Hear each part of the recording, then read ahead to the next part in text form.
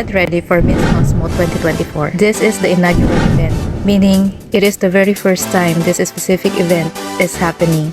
Ito yung grand opening ng Miss Cosmo na gaganapin sa Ho Chi Minh City, Vietnam from September 15 to October 5, 2024. At ang dami din delegates, over 80 countries will compete for the crown.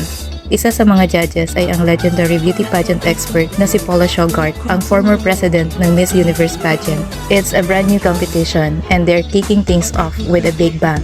And wait, there's more.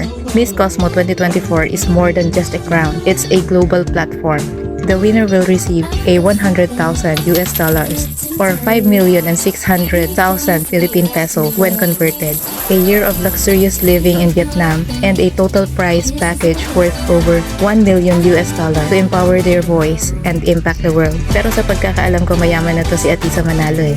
So if ever manalo siya dito sa Miss Cosmo, lalo pa siyang yayaman. Anyways, pagdating naman sa mga contestant, mukhang bigatin din ang mga makakalaban ni Atisa dito. Nagsimula na nga ang official voting para sa mga candidates.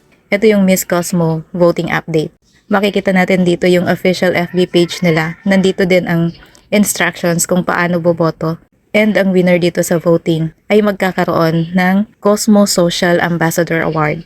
At masisecure na ang spot sa top 21 finalists. So merong 3 groups dito sa Miss Cosmo.